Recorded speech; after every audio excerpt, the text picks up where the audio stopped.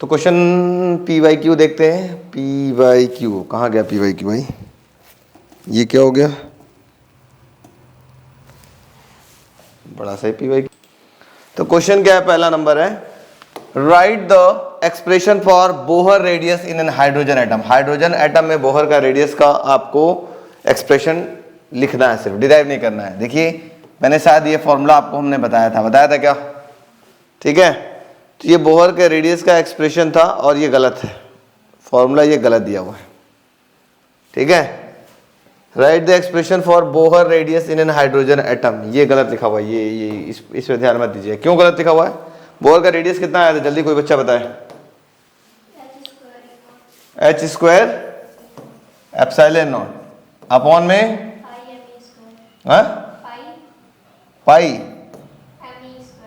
m e square n square ऊपर रहेगा, ये रहेगा ना। और ये भाई साहब ने सब कुछ सही किया था, बस यहां पर n स्क्वायर नहीं लिखा था, दिख रहा है क्या, यही था ना, दिख रहा है आपके पास, n स्क्वायर खा गए थे। पाई m e स्क्वायर नीचे है, एप्सिलॉन नॉट h स्क्वायर भी है, n स्क्वायर नहीं लिखा था, तो ये भाई साहब खा गए थे। यही यहाँ पे क्या होना चाहिए, n स्क्वायर, क्लियर। और इस कांस्टेंट की वैल्यू सॉल्व करेंगे तो कितना आएगा, 0.5 एंगस्ट्रॉन हमने बताया था। तो थोड़ा सा सैंपल पेपर भरोसा कम किया करिए आप लोग। अरे भाई साहब ये हो क्या रहा है। क्वेश्चन 2 क्या बोला है, in Rutherford scattering experiment the distance of closest approach of an alpha particle is d not, ठीक है। कोई अल्फा पार्टिकल है, कोई अल्फा पार्टिकल है जिसका radius distance of closest approach, खुल जा भाई साहब, यस। तो अल्फा पार्टिकल का डिस्टेंस ऑफ क्लोजेस्ट अप्रोच कितना दिया है, डिस्टेंस ऑफ क्लोजेस्ट अप्रोच को r से हम लोग रिप्रेजेंट करते थे, वो दिया है d नॉट, ठीक है। कौन सा पार्टिकल था, अल्फा पार्टिकल था, ठीक है। अल्फा पार्टिकल का जो चार्ज होता है q ऑफ अल्फा होता है 2 times of charge of proton होता है, ठीक है। If the alpha particle is replaced by proton, अगर अल्फा पार्टिकल को प्रोटॉन से रिप्लेस कर दिया गया, मतलब चार्ज ऑफ प्रोटॉन होता है e, अल्फा पार्टिकल का चार्ज जस्ट दुगना होता है। How much kinetic energy in compare to alpha particle will be required, both have same closest, मतलब दोनों का डिस्टेंस ऑफ क्लोजेस्ट अप्रोच क्या है, सेम है। तो बताइए इन प्रोटॉन के केस में कितनी काइनेटिक एनर्जी लग रही होगी। इसका काइनेटिक एनर्जी का नाम ले लेते हैं k अल्फा और इसका नाम ले लेते हैं k प्रोटॉन, ठीक है। तो आपको डिस्टेंस ऑफ क्लोजेस्ट अप्रोच का फॉर्मूला क्या था, याद है किसी को, वो ये था, शायद याद हो अगर हम बात करें। Distance of closest approach equal to था, कितना था जल्दी बताएं, twice of ZE square upon में 4 pi epsilon nought into kinetic energy, यही था क्या, यस नो। ये किसके लिए हो गया, प्रोटॉन के लिए अगर बात कर लें तो Kp लिख लेते हैं, ठीक। अब अगर हम अल्फा पार्टिकल की बात करें, रेडियस ऑफ अल्फा पार्टिकल या distance of closest approach of alpha particle, ये कितना हो जाएगा जल्दी बताएं, ट्वाइस ऑफ, अब थोड़ा सा देखो ये ZE क्या था, ZE स्क्वायर क्या हुआ था, मैंने आपको बता देता हूं। ZE था आपके पास न्यूक्लियस का चार्ज और E क्या था, इलेक्ट्रॉन का चार्ज या प्रोटॉन का चार्ज, यही था ना। तो अब अगर ये अल्फा पार्टिकल हो जाए तो इस E की जगह यहां क्या हो जाएगा, 2E हो जाएगा, क्योंकि अल्फा पार्टिकल का चार्ज कितना है, 2E हो जाएगा। तो ये हो जाएगा कितना जल्दी बताओ, ये हो जाएगा twice of ZE square into एक 2 एक्स्ट्रा आ जाएगा ना, अपॉन में क्या होगा 4 pi epsilon not into kinetic energy of alpha particle. क्या कटा, सब कट जाएगा, सब काट दो, बचा क्या नीचे, एक 2 एक्स्ट्रा बच रहा होगा ना, इससे देखो एक 2, ये 2 एक्स्ट्रा बच रहा होगा, ये यहां चला जाएगा और ये कहां चला जाएगा, ऊपर। इन दोनों की वैल्यू क्या है, दोनों का डिस्टेंस ऑफ क्लोजेस्ट अप्रोच क्या है, सेम है। तो लिख लो d नॉट अपॉन में d nought equal to k alpha ऊपर चला गया और नीचे आ जाएगा ट्वाइस ऑफ kp आ जाएगा, ये कैंसिल हो गया, खटाखट। तो kp बराबर क्या हो गया, kp इक्वल टू हो गया k अल्फा बाई 2, यही आ गया आपका answer, kp is equal to k alpha by 2, ठीक है। इस टाइप के क्वेश्चन आपको ज्यादा मिलेंगे, थोड़ा ध्यान दीजिएगा। अगला क्वेश्चन क्या है, थोड़ा देखते हैं।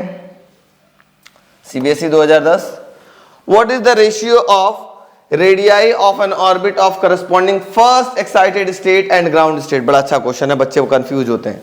मैंने कल के कहानी में बताया था n इक्वल टू 1 को क्या बोलते थे और n इक्वल टू 2 को क्या बोलते थे, जल्दी बताया तो। n इक्वल टू 1 को क्या बोलते थे, ग्राउंड स्टेट, और n इक्वल टू 2 को क्या बोलते थे, फर्स्ट एक्साइटेड स्टेट। ठीक है, अब क्या बोला है, what is the ratio of radii, radii का रेशियो निकालना है। तो हमको पता है r is directly proportional to क्या होता है, n स्क्वायर, पढ़ा है ना रेडियस का। तो सबसे पहले अगर हम किसका किसका रेशियो निकालना है, ratio of radii of orbit of first, मतलब r फर्स्ट अपॉन में r first excited state and ground state, और नीचे होगा ग्राउंड स्टेट को हम ले लेते हैं rg बोल लेते हैं, अपॉन में भी क्या होगा, n स्क्वायर होगा कि नहीं होगा, होगा ना। यहां होगा फर्स्ट का और यहां पे होगा ग्राउंड का। अब जल्दी से बताओ फर्स्ट वाले में n की जगह क्या रखोगे, फर्स्ट एक्साइटेड स्टेट में n की जगह क्या रहेगा 2, तो ये हो जाएगा 2 का स्क्वायर, अपॉन में ग्राउंड स्टेट में n की जगह क्या रखोगे 1 का स्क्वायर, यही ना होगा। तो r1 अपॉन में rg इज इक्वल टू क्या हो गया 4, तो r1 is equal to r1 upon में rg इक्वल टू हो जाएगा 4। आप सिंपली ऐसे लिख सकते हो r1 रेशियो rg बराबर कितना हो गया 4 ratio 1। This is your answer, 4 ratio 1। समझ में आया। ज्यादातर बच्चे कंफ्यूज क्या होते हैं, ये फर्स्ट एक्साइटेड स्टेट क्या है और ग्राउंड स्टेट क्या है। अगर मैं बोलता थर्ड एक्साइटेड स्टेट तो n की वैल्यू क्या लेते हैं, थर्ड एक्साइटेड स्टेट n की वैल्यू क्या लेते हैं 4 लेते हैं, है ना। फर्स्ट एक्साइटेड का मतलब जैसे फर्स्ट बोला उसके एक आगे वाला लेना है सेकंड। ऐसा क्वेश्चन बच्चों को आता है, बच्चे कंफ्यूज अक्सर होते हैं। हाँ ये देखो कल ये इस टाइप का क्वेश्चन हम लोगों ने लगाया था, एक बड़ा इंपॉर्टेंट बात बताया था, थोड़ा ध्यान से देखेंगे, समझने का प्रयास करेंगे। ठीक है, इसकी तो जरूरत है नहीं, ये तो आपको पढ़ना भी नहीं है, लेकिन फिर भी मैं बता देता हूं, कोई टेंशन नहीं है।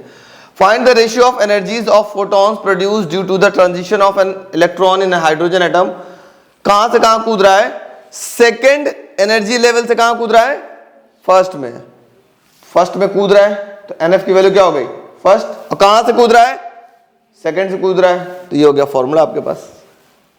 समझ में आ रहा है क्या, नहीं आ रहा है, नहीं आ रहा ना। अरे मूर्खो, कल हमने एक फॉर्मूला बताया था, 1 upon lambda is equal to r 1 upon nf का स्क्वायर माइनस 1 अपॉन ni का स्क्वायर। याद आ रहा है, nf क्या था, कहां से कहां पर कूदना है, फाइनली कहां कूदना है। मान लो इनको फर्स्ट लेवल पे कूदना है, कहां कूदना है फर्स्ट पे कूदना है, तो nf की वैल्यू हो गई 1, और कहां से कूदना है फ्रॉम सेकेंड, तो ni क्या हो जाएगा सेकेंड। तो बस फॉर्मूले में रख लो, यहां पर इक्वेशन मिल जाएगा आपके पास।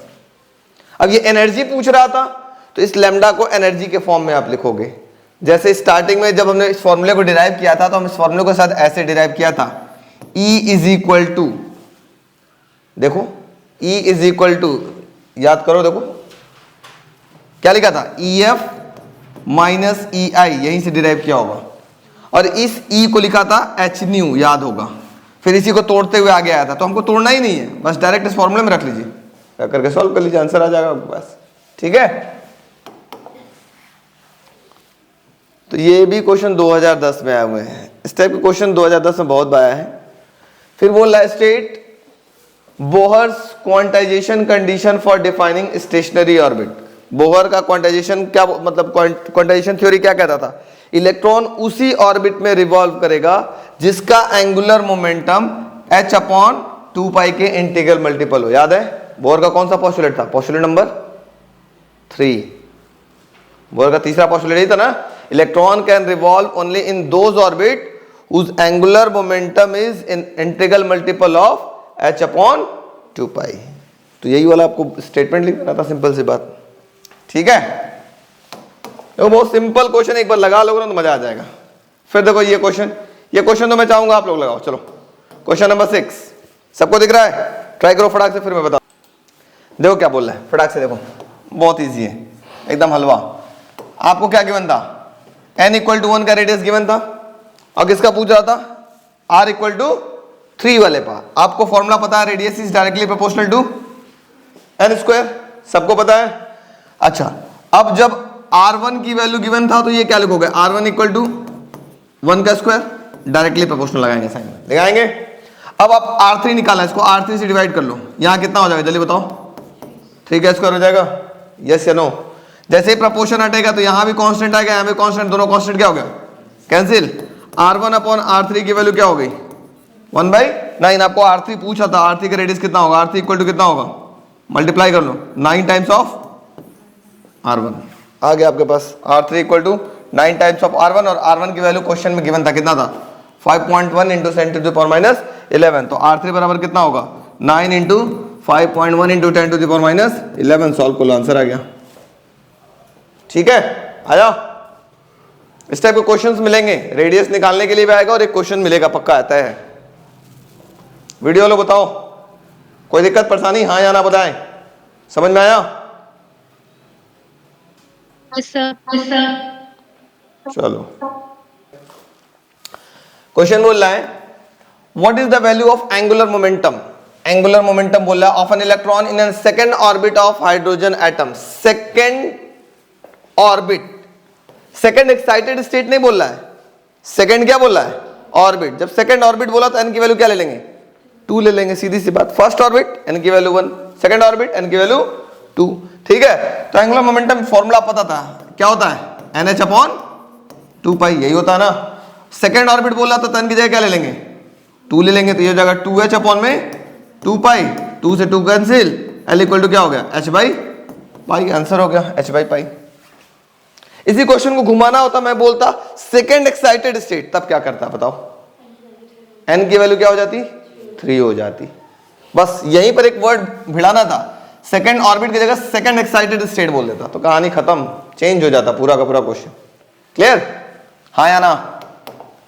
वीडियो वाले बोलते रहो करो, एग्जाम्पलर छोड़ो, आगे बढ़े, जल्दी बोलो बच्चा लोग, आ रहा है तो आगे बढ़े हम, ठीक है। वेरी वेरी इंपॉर्टेंट क्वेश्चन है, बहुत बार रिपीट किया गया है, CBSE 2017, 2022, इससे पहले 2010, 2015 में भी सेम टाइप का क्वेश्चन था, ठीक है।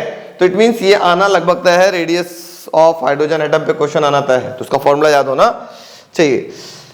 अब क्लोजेस्ट अप्रोच वाली भी कहानी बात करते हैं। बोल रहा है define the distance of closest approach, definition सबको आ गया है, यस नो। फिर बोल रहा है an alpha particle of kinetic energy K is bombarded on a thin gold foil. अभी क्या बम्बार्ड किया जा रहा है, एक अल्फा पार्टिकल को बम्बार्ड किया जा रहा है, ठीक है। The distance of closest approach is R, उस समय उसका डिस्टेंस ऑफ क्लोजेस्ट अप्रोच कितना आ रहा था, R आ रहा था, ठीक है। तो याद करो मैंने बताया था, अगर distance of closest approach R आ रहा है और अल्फा पार्टिकल है, तो चार्ज ऑफ अल्फा पार्टिकल क्या होता है जल्दी बताओ, 2 times the charge of proton, अभी बताया था। अब बोल रहा है क्या, what will be the distance of closest approach, नया डिस्टेंस ऑफ क्लोजेस्ट अप्रोच क्या होगा, मान लो R' कितना होगा वो पता लगाना है। What will be the distance of closest approach of an alpha particle of double its kinetic energy, ठीक है, उसका काइनेटिक एनर्जी क्या हो जाए, 2K हो जाए, ये भी अल्फा पार्टिकल ही है तो कोई टेंशन नहीं है। तो सबसे पहले वाले केस का निकाल लो, distance of closest approach equal to क्या होता है जल्दी बताओ, जल्दी बताओ, फॉर्मूला क्या था, twice of ZE square upon में बोलो बोलो बोलो बोलो 4 pi epsilon nought into kinetic energy, यही था ना। अब क्या बोल रहा है, थोड़ा ध्यान से सुनिएगा, नया डिस्टेंस ऑफ क्लोजेस्ट अप्रोच क्या हो जाएगा, स्टिल वो अल्फा पार्टिकल ही था, इसका मतलब ट्वाइस ऑफ ZE स्क्वायर था, बट अब की बार क्या हुआ है, काइनेटिक एनर्जी को क्या कर दिया गया है, दुगना कर दिया गया, 2K कर दिया गया है, ठीक है। अब क्या कटेगा इसमें जल्दी से बताओ, इसमें से क्या कटेगा, ये कैंसिल, ये कैंसिल, K से K कैंसिल, ये से कैंसिल, ये कैंसिल, ये यहां मल्टीप्लाई करो, ये चीज ऊपर क्या मिलेगा, R अपॉन में R' इज इक्वल टू क्या मिला जल्दी बताओ, 2। लेकिन आपको निकालना है R', तो R' बराबर क्या हो जाएगा, ये नीचे आ जाएगा R/2, मतलब जो नया डिस्टेंस ऑफ क्लोजेस्ट अप्रोच हो जाएगा वो पुराने का क्या हो जाएगा, हाफ हो जाएगा। तो यही हो गया। कैसे हुआ, आप ये स्टेप बाय स्टेप करके ऐसे दिखाएंगे एग्जाम में, ऐसे डायरेक्ट नहीं लिखेंगे जैसे इन भाई लोगों ने लिखा है, ऐसे आप नहीं लिखेंगे, करके दिखाएंगे यहाँ पर, ठीक है। समझ में आया। ये क्वेश्चन कब कब आया है, 2017, 2022, 2000 कुछ में भी आया हुआ है, पीछे अभी आगे भी दिखेगा, इस टाइप के क्वेश्चन आए हुए हैं। मैं एक चाहूँ तो ये लिखवा दूँ क्या, आपको लिखना चाहेंगे कि छोड़ दूँ, छोड़ दूँ, छोड़ दो, मन नहीं है तो मतलब क्वेश्चन क्या कह रहा है 2022 में, consider two different hydrogen atoms, the electron in each atom is in an excited state. Is it possible for the electron to have different energies but same orbital angular momentum according to the Bohr's theory? बोल रहा है जिनका orbit same हो तो क्या उनका energy अलग अलग होगा? क्या कतई नहीं होगा, क्योंकि हम लोग पढ़े एनर्जी इज इक्वल टू क्या होता है, माइनस का 13.6 इलेक्ट्रॉन वोल्ट अपॉन में एन स्क्वायर। अगर जिसका ऑर्बिट ही सेम है उसकी एनर्जी भी क्या होगी, सेम होगी, उसमें तो चेंजेस नहीं होंगे, सीधी सी बात। आगे बढ़ो।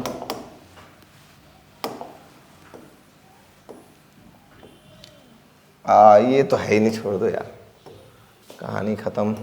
अच्छा, ये मैंने आपको एक ग्राफ बनवाया ही था, याद है ना, रदरफोर्ड मॉडल के अंदर कैसे स्कैटर कर रहा था, है ना, बताया था ना। चौथा ही ऑब्जर्वेशन हमने लिखवाया था, इसको देख लीजिएगा। आगे आता है क्वेश्चन में। हाँ, ये तो कोई क्वेश्चन है, क्या है? हाँ भाई साहब, ये एक क्वेश्चन आया है, अच्छा क्वेश्चन है, 2023 में आया हुआ है, और इसके लिए मैंने एक स्पेशल केस कल लिखवाया था, कल स्पेशल केस लिखवाया था, kinetic energy of and potential energy of hydrogen atom, special case के तौर पे लिखवाया था। देखिए, पलट के थोड़ा देखिए तो आप लोग, कुछ ऐसा लिखवाया था क्या? Kinetic energy and potential energy अलग से निकाला था। कितना आया था kinetic energy equal to?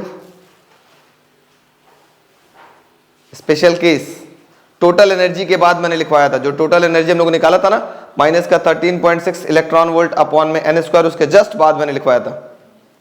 Kinetic energy कितना आया था, जल्दी बताया आप लोग फॉर्मूला, माइनस का ई, याद आ रहा है क्या? हाँ या ना? और पोटेंशियल एनर्जी कितना आया था, माइनस का ट्वाइस ऑफ काइनेटिक एनर्जी। देखिए पलट करके, स्पेशल केस, याद आ रहा कुछ? तो यही किया गया है। क्या बोला है? द ग्राउंड स्टेट एनर्जी, कहा गया भाई साहब, the ground state energy of hydrogen atom is minus का 13.6। एनर्जी ग्राउंड स्टेट में एनर्जी की वैल्यू कितना आपके पास, माइनस का 13.6। What is the potential energy and kinetic energy of electron in the third excited state? Third excited का मतलब N की value, third excited का मतलब एन की वैल्यू 4।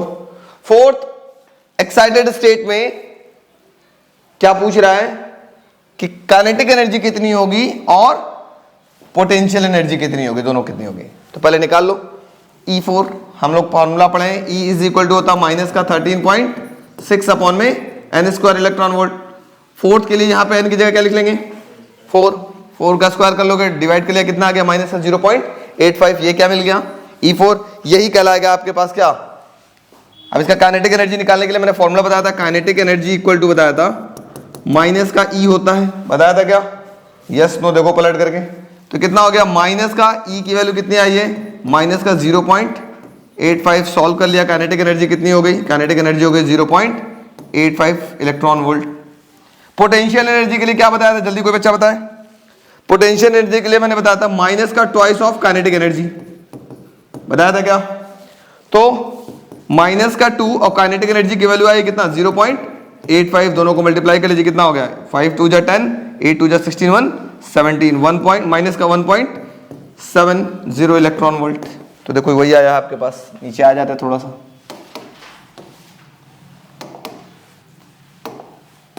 देखो काइनेटिक एनर्जी आ गया माइनस का 0.8 और पोटेंशियल एनर्जी आ गया कितना आपके पास, माइनस का 1.7 इलेक्ट्रॉन वोल्ट। आया क्या ऐसा कुछ? ये क्वेश्चन एक अच्छा क्वेश्चन है, बहुत अच्छा क्वेश्चन है। वो स्पेशल केस जो लिखवाया उस पर क्वेश्चन, मैं कहूँगा इसको लिख लो, कम से कम इसको तो लिख ही लो।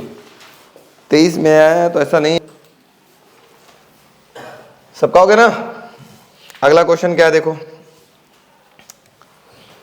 use Bohr model of hydrogen atom to obtain the relationship between angular momentum and magnetic moment of a revolving electron। ये इस साल के पेपर में भी आया था, ये 2024 के पेपर, ये कभी कब का दिखा रहा है, 20 में दिखा रहा है ना, ये 2024 के पेपर में भी आया था और इसके पीछे बहुत बवाल हुई थी, क्योंकि एक पिछला एक टॉपिक हुआ करता था, हम लोग जब मैग्नेटिक इफेक्ट ऑफ करंट पढ़ेंगे तो वहां एक होता था रिवॉल्विंग इलेक्ट्रॉन का डायपोल मोमेंट निकालने का फॉर्मूला, वो सिलेबस में था ही नहीं, है ना, वो सिलेबस में है ही नहीं इस साल।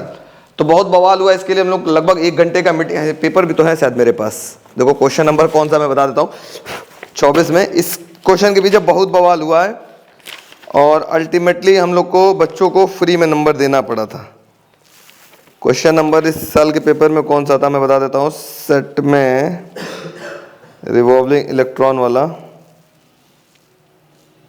इसमें एक क्वेश्चन था, मैं दिखा देता हूँ कौन सा, किसी सेट में एक था। तो हम लोग को ना क्या करना पड़ा कि भाई दे दो नंबर, दे दो नंबर, दे दो नंबर, तो बांटा गया था, इस पे दान दिया गया था बच्चों को। लेकिन बाद में ये डिस्कस निकला, मतलब निष्कर्ष निकला कि भैया ये तो इस चैप्टर में भी काम आ जाएगा। इस चैप्टर में तो निकाला नहीं गया इसके बारे में बात, है ना, तो फिर नंबर काटा नहीं गया है, जिसको दे दिया गया तो उसको दे दिया गया, लेकिन बाद में फिर हुआ तो काम होना पड़ा। कहाँ गया, किसी में है यार, इस साल के पेपर में आया हुआ क्वेश्चन ये, सेम टू सेम यही क्वेश्चन है, सेम टू सेम।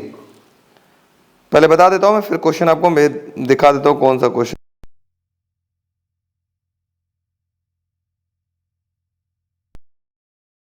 देखो क्वेश्चन क्या कह रहा है, फटाक से पहले क्वेश्चन देख लेते हैं, उसके बाद बात करते हैं क्या होता है। Angular momentum according to Bohr theory, हम लोग जानते हैं एंगुलर मोमेंटम इक्वल टू क्या होता है, जल्दी से बताएं। NH/2π होता है क्या, यस या नो। और magnetic dipole moment equal to क्या होता है, करंट इनटू एरिया। याद होगा हम लोग पढ़े थे मैग्नेटिक डायपोल मोमेंट नैया जिसको बोलते थे, NIA, याद आ रहा है कुछ। तो करंट इनटू एरिया क्या होता था, एन अगर भूल जाओ तो करंट इनटू एरिया क्या होता था, मैग्नेटिक डायपोल मोमेंट। अगर ये एरिया कैसा है, ऑर्बिट सर्कुलर पाथ में घूम रहा है, तो एरिया इसका कैसा होगा, सर्कुलर होगा।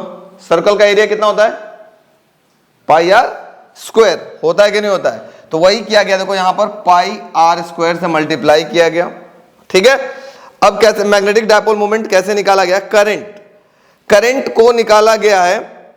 ये करंट निकालने का तरीका ये भी आपके पास आया है, कहां से, ये है EV अपॉन में 2πr। ये कैसे सर EV आ गया और अपॉन में 2πr, इस पूरे ऑर्बिट में कितना, अगर मान लिया जाए इसको एक लूप माना जाए, इस पूरे लूप में कितना करंट फ्लो करेगा, उसके लिए फॉर्मूला निकाला गया EV अपॉन में क्या किया गया है, 2πr रखा गया। तो करंट की जगह रख दिया गया EV अपॉन में 2πr into πr square. Solve कर लिया गया, ये हो गया मैग्नेटिक डायपोल मोमेंट। दोनों को डिवाइड कर लिया गया, एंगुलर मोमेंटम, और एंगुलर मोमेंटम इक्वल टू था NH/2π, एंगुलर मोमेंटम था NH/2π, या इसको MVR भी लिखा जा सकता है, ठीक है।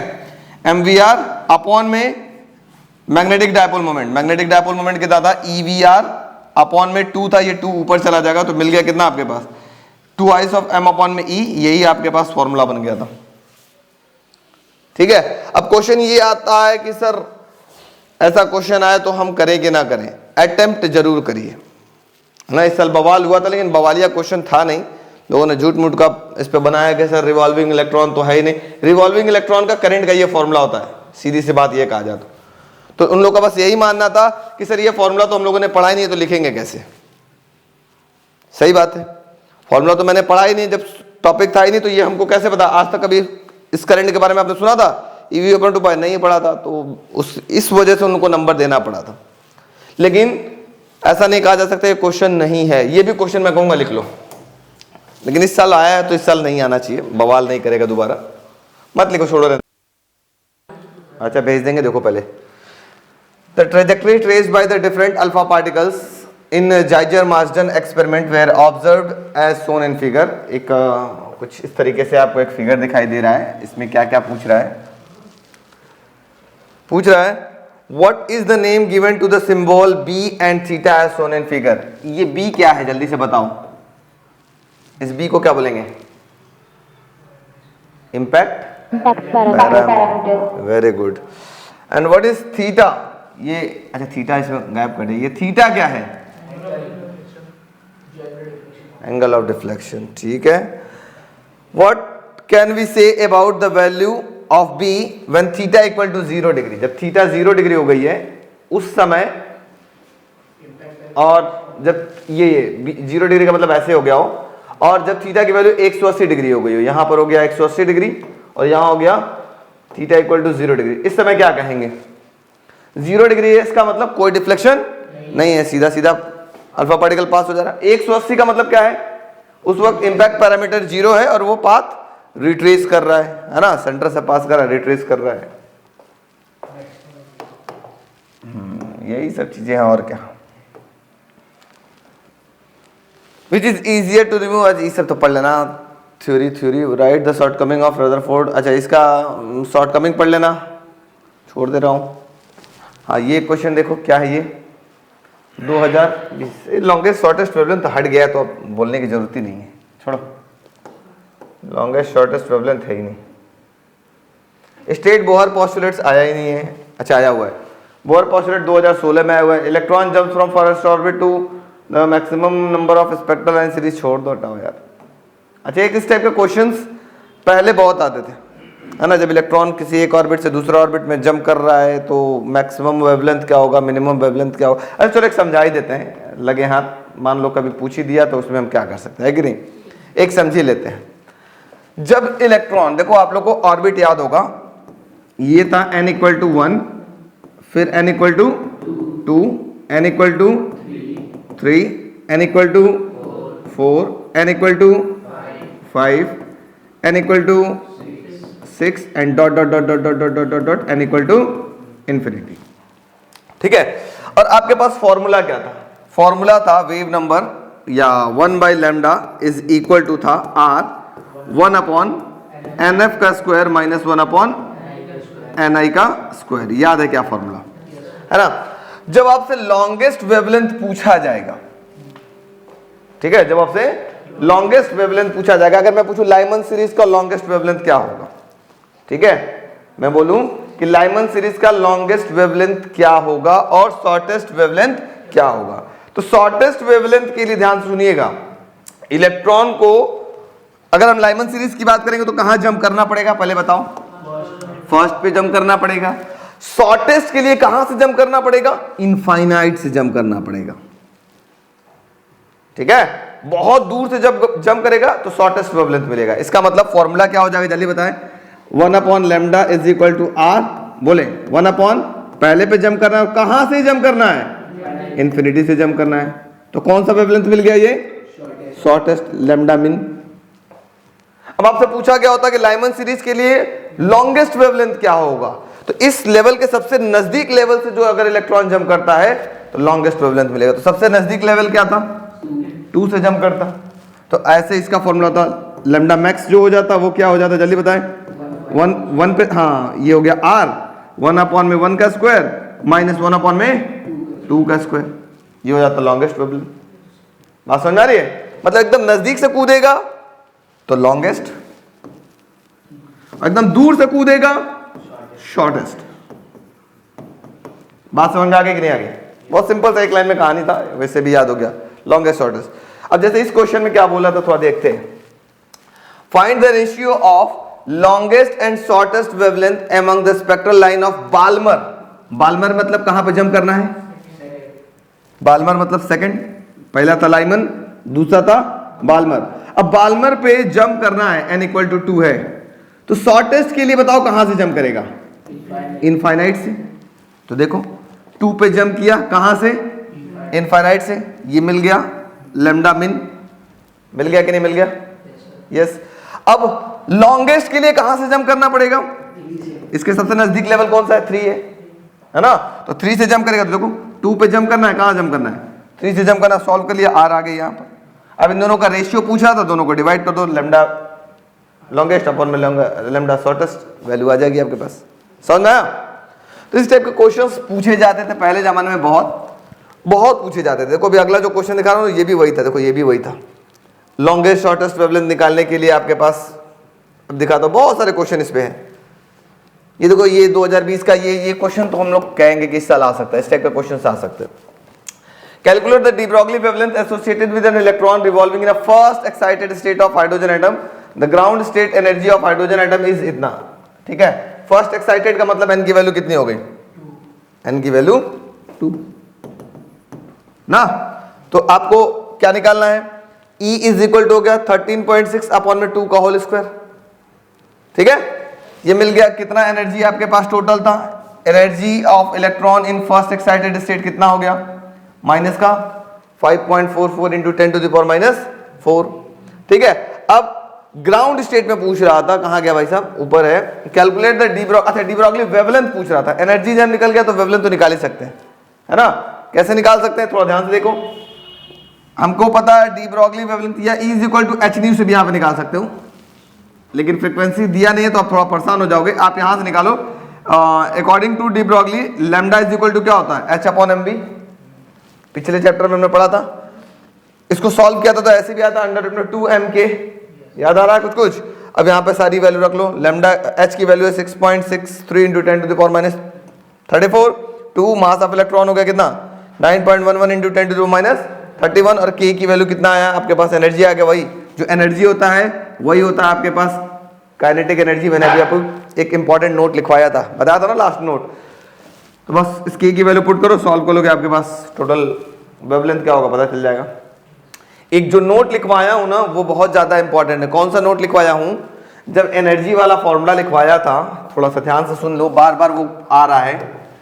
एनर्जी वाला फॉर्मूला लिखवाया था जो आया था E is equal to minus का 13.6 इलेक्ट्रॉन वोल्ट अपॉन में n स्क्वायर। इसी के जस्ट बाद एक नोट लिखवाया था जहां पे हमने काइनेटिक एनर्जी निकालने का बताया था कॉन्सेप्ट, और पोटेंशियल एनर्जी निकालने का बताया था। तो मैंने बताया था जो काइनेटिक एनर्जी है वो क्या होता था, माइनस का E टोटल एनर्जी हो जाता है, और जो पोटेंशियल एनर्जी क्या था वो क्या था, जल्दी बताओ कितना होता था, 2 टाइम्स ऑफ काइनेटिक एनर्जी होता था। ये बहुत इंपॉर्टेंट फॉर्मूला, देखो यहाँ पर भी यही यूज किया गया, काइनेटिक एनर्जी निकाला गया है माइनस का E करके, ठीक है। वो फॉर्मूला बार बार आपके पास यूज हो रहा है, थोड़ा सा ध्यान दीजिएगा।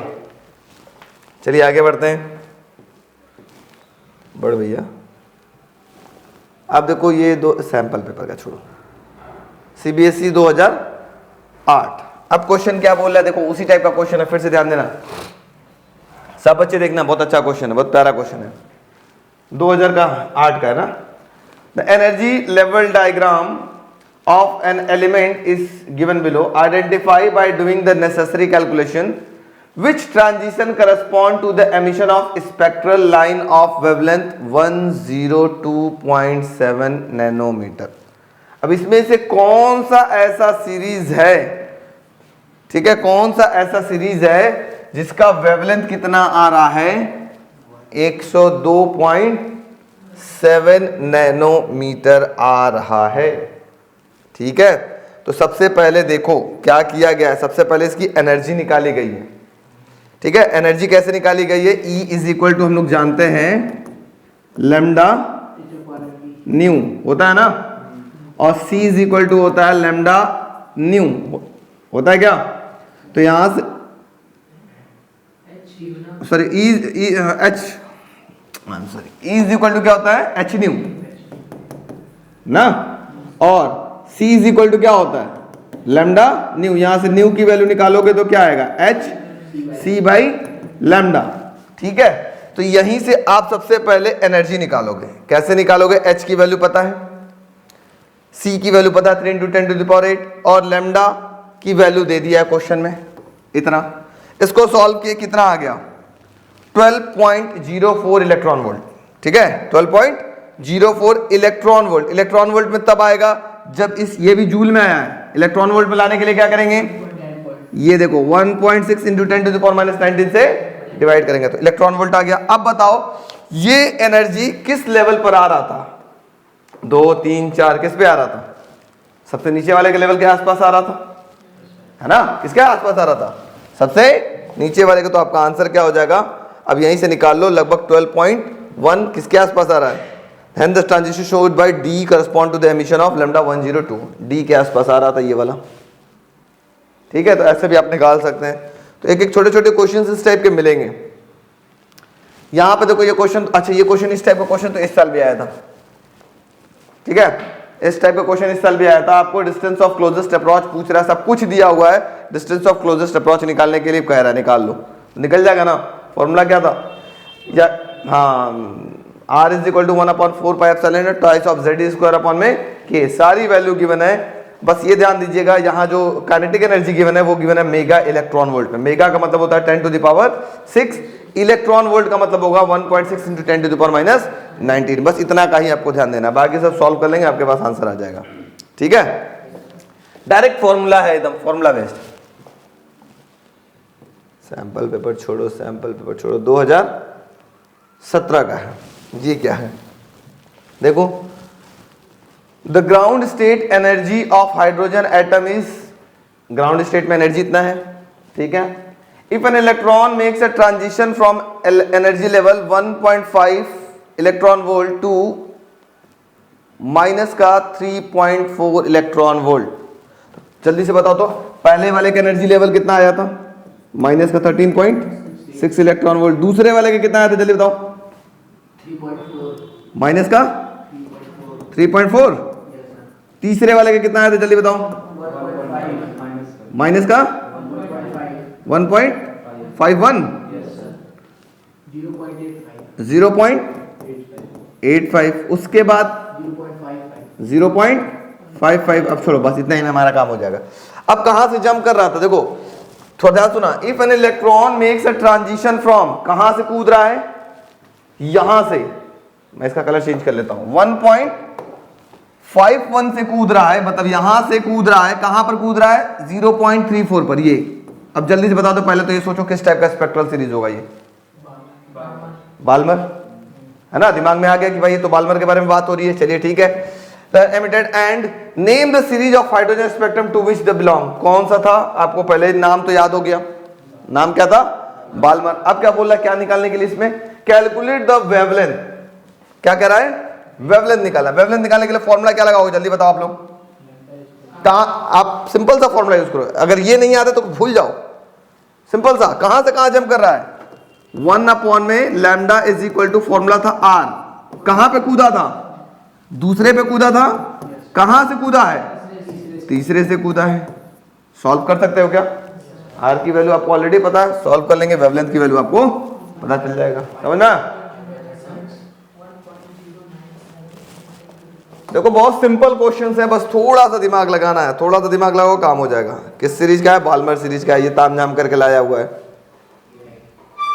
ये भी देखो लैम्डा मैक्स निकालने के लिए वही काम किया, छोड़ो बता दे, लैम्डा मैक्स लैम्डा मीन एक बार बता चुके हैं, उस टाइप पे क्वेश्चन लगाना हो तो लगाना, नहीं तो छोड़ देना मन करे तो। 2017 ये देखते हैं क्वेश्चन क्या है, देखा जाए। 12.5 इलेक्ट्रॉन वोल्ट, सॉरी बात नहीं, पीछे देखो। A 12.5 electron volt beam is used to excite a gaseous hydrogen atom at room temperature, ठीक है। Determine the wavelength and corresponding to the line emitter। फिर से wavelength निकालने की बात करा, पहले एनर्जी निकालो, एनर्जी की वजह से फिर काइनेटिक एनर्जी निकालो, और काइनेटिक एनर्जी जब निकल गया तो E is equal to H nu से सॉल्व करके आप लैम्डा निकाल लो, ठीक है। न्यू की जगह क्या रखोगे, C is equal to lambda nu, तो E इज इक्वल टू आपके पास आ जाएगा H C by lambda, lambda equal to क्या होगा, एच सी बाई ई, यही वाला फॉर्मूला यूज कर लो। सबसे पहले ई निकाल लो, ई निकल गया, एच पता ही है, सी पता ही है, सॉल्व करके लैम्डा निकाल लेना। सेम चीज, जैसे आप पहले ई निकाला है, ई को फिर माइनस कर देगा, क्योंकि काइनेटिक एनर्जी निकालने के लिए क्या होता है जल्दी बताओ, काइनेटिक एनर्जी इक्वल टू क्या होगा जल्दी बताओ, माइनस का ई होता है ना। तो जो भी ई आएगा उसके आगे माइनस लगा देना, वो काइनेटिक एनर्जी मिल गया, अब काइनेटिक एनर्जी मिल गया, करके सॉल्व कर लेना खड़ा कर। इस टाइप के क्वेश्चन तो हम लोगों ने बहुत देखे, बहुते देखे। ये क्या है, obtain the first radius of, अच्छा चलो ये भी एक क्वेश्चन देख लेते हैं, क्या बोल रहा है भाई साहब। ये क्वेश्चन कुछ अच्छा लग रहा है देखने में, रंगीन रंगीन दिख रहा है। क्या बोल रहा है, obtain the first Bohr radius and the ground state energy of mu naught hydrogen atom, that is an atom where the electron is replaced by a negatively charged muons of mass about 207 times of mass of electron than the orbit around the proton, given that the hydrogen atom and the radius of first orbit of respectively। क्या किया यहाँ से देखो बच्चा लोग, सबसे पहले बताते हैं। सबसे पहले थोड़ा ध्यान से देखो, radius is inversely proportional to क्या है, मास ऑफ इलेक्ट्रॉन, ठीक है। उसी तरह से radius is inversely proportional to mass of muons हो जाएगा, ठीक है। इन दोनों को डिवाइड कर लिया गया, रेडियस ऑफ म्यून्स निकाल लिया गया, सीधी सी बात, हटाओ बवाल खत्म। अच्छा एक फॉर्मूला आपको याद रखना पड़ेगा बच्चों, मैं आपको बार बार बता रहा हूं, रेडियस ऑफ हाइड्रोजन एटम, थोड़ा फॉर्मूला देखने में पेचीदा है लेकिन याद करना पड़ेगा ना। R इज इक्वल टू क्या था, फिर से बोलो, हाँ, तो वो फॉर्मूला आपको याद रखना पड़ेगा तभी काम होगा, नहीं तो भूल जाएंगे तो कहानी खत्म। फॉर्मूला का सारा खेल है।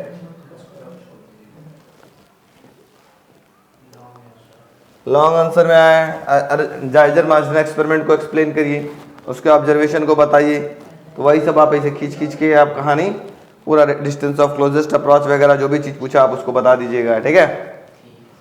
बोहर का पोस्टुलेट्स है, frequency of radiation atom, frequency कह रहा है निकालने के लिए, डिराइव करने के लिए कर लीजिएगा। फिर और भी पूछा है derive the expression for total energy, derive करने के लिए आया हुआ है।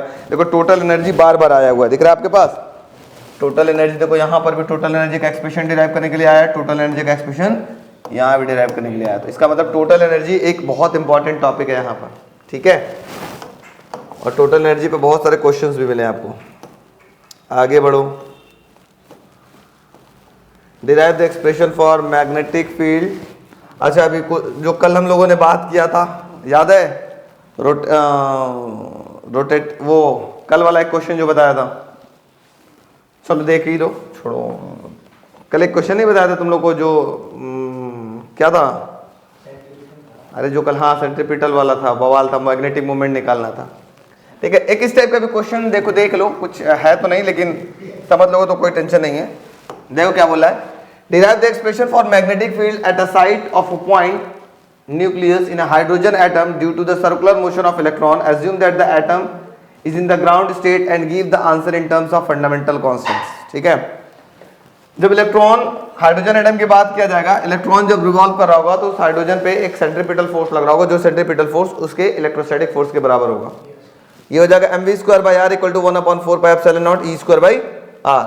दूसरी चीज आपको पता है, according to Bohr postulate mvr = होता है nh/2π, v की वैल्यू निकाल लिया गया h/2πm × r।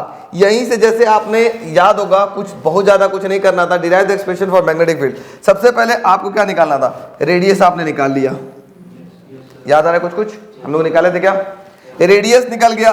वेलोसिटी का एक्सप्रेशन हम लोगों ने निकाल लिया, याद है कुछ कुछ। जब रेडियस और वेलोसिटी पता चल गया तो आपको मैग्नेटिक फील्ड निकालना है। मैग्नेटिक फील्ड का एक्सप्रेशन कैसे निकालना है, थोड़ा सा हम आगे बढ़ते हैं, देखिए देखिएगा। वही आ गया फिर से एक कहानी, करंट चार्ज अपॉन में टाइम, ईवी अपॉन में 2πr, कल की कहानी आई थी, बताया था ना ऑक्सीलेटिंग वाली कहानी। अब मैग्नेटिक फील्ड इक्वल टू क्या होगा, ये फॉर्मूला क्या है, कोई बच्चा हमको इस फॉर्मूले को थोड़ा सा मॉडिफाई करके बता सकता तो बता दो। ये था b is equal to, yes very good, μ0 I/2 of r। याद आ रहा कुछ कुछ, μ0 I/2 ऑफ r। अब I की जगह क्या लिखा गया, ये तो हो गया μ0, I की जगह क्या लिखा गया जल्दी से बताओ, EV अपॉन 2πr, ठीक है। ये हो गया EV अपॉन में 2πr, और नीचे क्या था, ट्वाइस ऑफ r ऑलरेडी था, ठीक है। इसी को सॉल्व कर लिया गया, ये एक्सप्रेशन हो गया किसके लिए, मैग्नेटिक फील्ड के लिए। अब इसमें वेलोसिटी आप निकाल चुके थे एक्सप्रेशन, तो वेलोसिटी की जगह वेलोसिटी पुट कर दो, रेडियस की जगह रेडियस पुट कर दो, सॉल्व कर दो, मैग्नेटिक फील्ड का एक्सप्रेशन आ गया। ये एक अच्छा क्वेश्चन है, लिख लो यार, ये आ सकता है। पिछले बार ना एक 3-5 करके वो वाला क्वेश्चन आया था, एक क्वेश्चन ये लिख लो लोग तुम लोग ब्रह्मास्त्र के तौर पे, अगर कोई टफ आया तो ये आ सकता है।